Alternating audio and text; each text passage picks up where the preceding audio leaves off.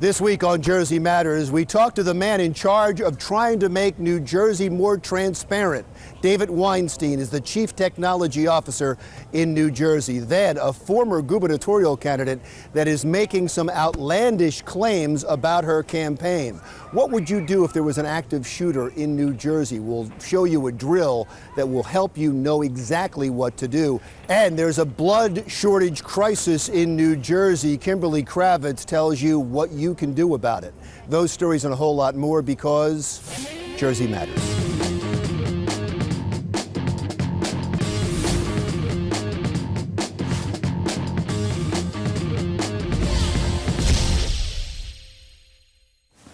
Welcome back to Jersey Matters. You can imagine what a massive undertaking it is to upgrade the technological infrastructure of the state. Dave Weinstein is doing just that. He is the official technology officer of New Jersey. We've had you in here once before. It's been several months. What have you done? Well, lots happened. I've been in the role for about 11 months. In fact, yesterday, the timing is great because Governor Christie signed an executive order that really solidifies our strategy and the policy of the executive branch of state government, which is in the interest of security, efficiency, and reliability. We're consolidating all the IT infrastructure within Trenton into under a single governance structure. Explain what that means and why it's important. So the state government is a massive IT enterprise, right? We have over 70 agencies. We serve over 60,000 users. It's like that of a corporation, so we have to treat it like such.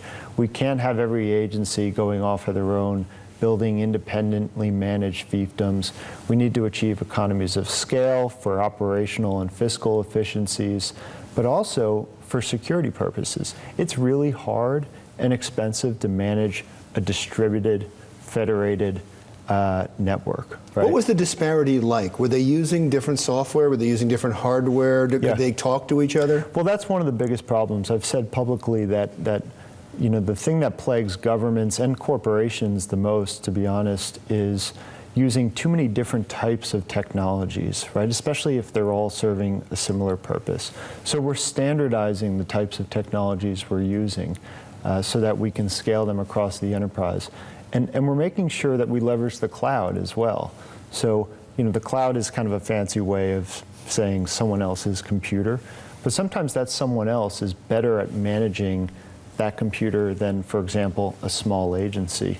My office, the New Jersey Office of Information Technology, is building private cloud infrastructure so that the agencies of state government, the Department of Human Services, the Department of Education, can focus on their mission and let us worry about managing servers, providing network connectivity, everything that goes into operating a data center, which is a really complex operation. Yeah, and the cloud is just a big data farm in North Carolina, right? It's just a massive storage facility. It's not so we can take some of the mystique away from it. It's not exactly. And someone else's computer. Right, and you're starting to send everything there. Is there a security problem with that? Yeah, so we're adopting a hybrid cloud strategy, so to speak. So what that means is we're building our own cloud infrastructure on premise in New Jersey within our data centers, but we're also leveraging the public cloud, right? And that's commercially provided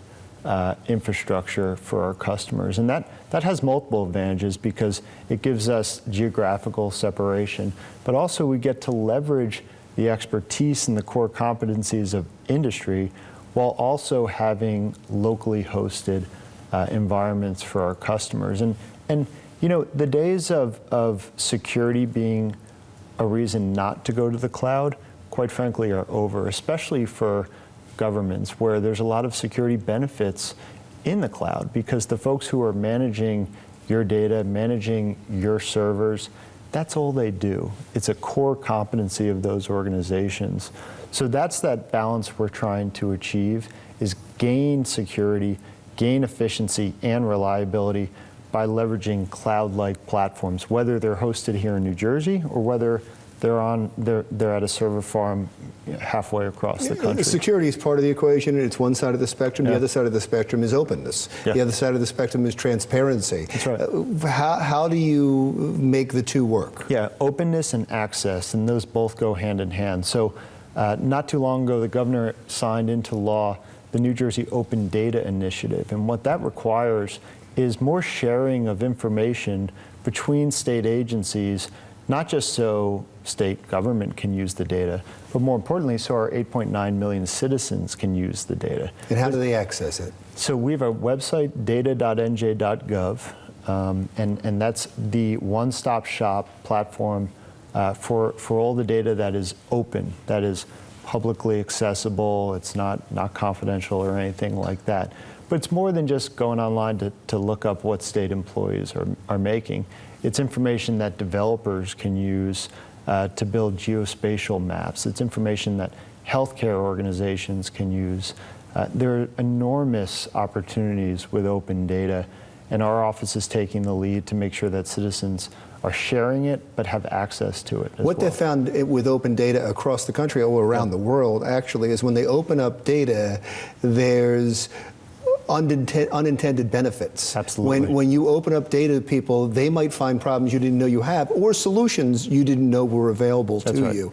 Has anything like that happened yet? Yeah, there's been plenty of use cases, especially in the geospatial and geographic information services space, so mapping, right? You open up the data and then you let the developers have at it.